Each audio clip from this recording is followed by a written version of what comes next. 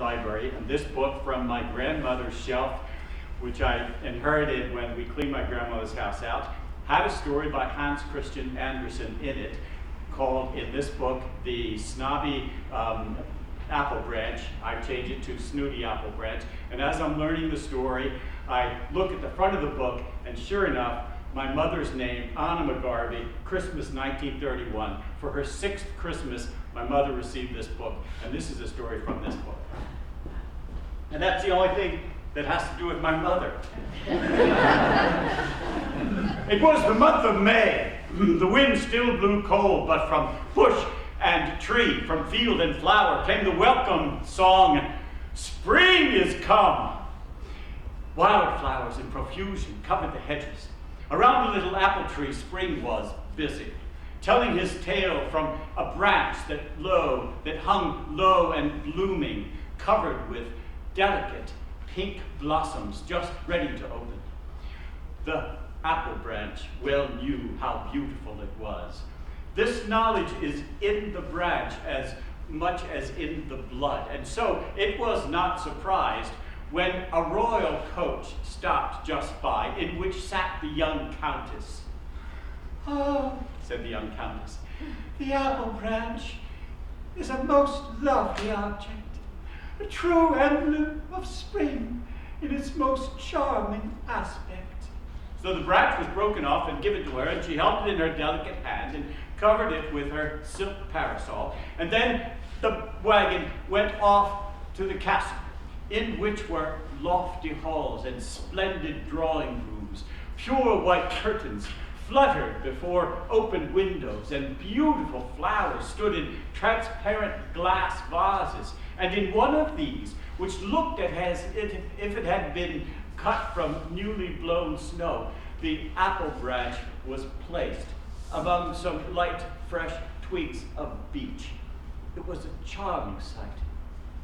And then the apple branch grew proud, which was a very human thing to do.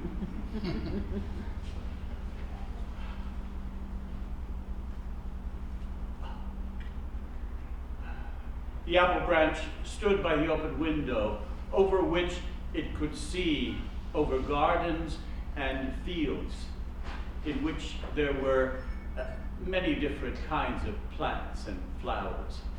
Some people came into the room, and according to their station in life, so dared they express their admiration. Some few said nothing at all. Others expressed too much. The apple branch soon came to understand that there was as much difference between humans, between the characters of human beings, as there was among plants and flowers. Some were born to be beautiful, others to be useful, and still others we could very well do without. So thought the apple branch as it stood before the open window out of which it could see apples and other plants and flowers, flowers enough to think and contemplate upon, both rich and beautiful, as well as humble and poor. "Oh, poor despised plants," thought the apple branch. "There really is a difference between them and such as I am. How unhappy they must be if they can feel the way as those in my position do. Oh, but there is a difference. Just as between humans there is a difference among plants and flowers. And so there ought to be, or else we would all be equal." And the apple branch looked with a sort of pity on them, especially on a certain yellow flower that grew in fields and in ditches. No one ever gathered it for a nosegay. It was too common. It was even known to grow between the paving stones, shooting up everywhere like bag weeds. And these dandelions had a very ugly name in Danish.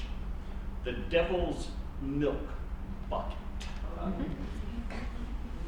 Oh, poor despised earth, it is not your fault that you are so ugly and bear such an ugly name. But there must be a difference. There is a difference between humans as there is between plants and flowers. So there must be a difference.